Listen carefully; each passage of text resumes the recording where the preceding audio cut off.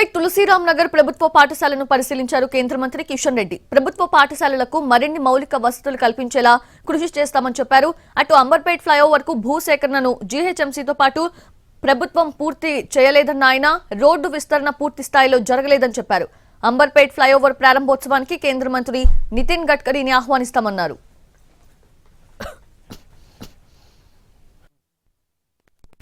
Hyderabad parliament కాన్స్టిట్యున్సీలో గానీ దేశంలో గానీ ఈరోజు కనీస మౌలిక వసతులు కల్పించాల్సినటువంటి అవసరం ఉంది. ఆ దిశలోనే మేము పార్లమెంట్ సభ్యుడిగా గానీ ప్రభుత్వ పరంగా గానీ ఆ రకమైనటువంటి సౌకర్యాలు కల్పిస్తా ఉన్నాం. అంబర్పేట ఫ్లైఓవర్ ఇంకా కొంత ల్యాండ్ అక్విజిషన్ సంబంధించినటువంటి విషయంలో మరి జీహెచ్ఎంసీ గానీ రాష్ట్ర ప్రభుత్వం గానీ పూర్తి స్థాయిలో అది పూర్తి చేయలేదు.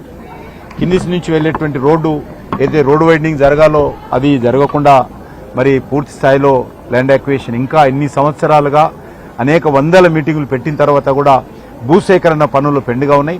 భూసేకరణ చేయాల్సింది రాష్ట్ర ప్రభుత్వము, భూసేకరణ చేయాల్సింది జీహెచ్ఎంసీ.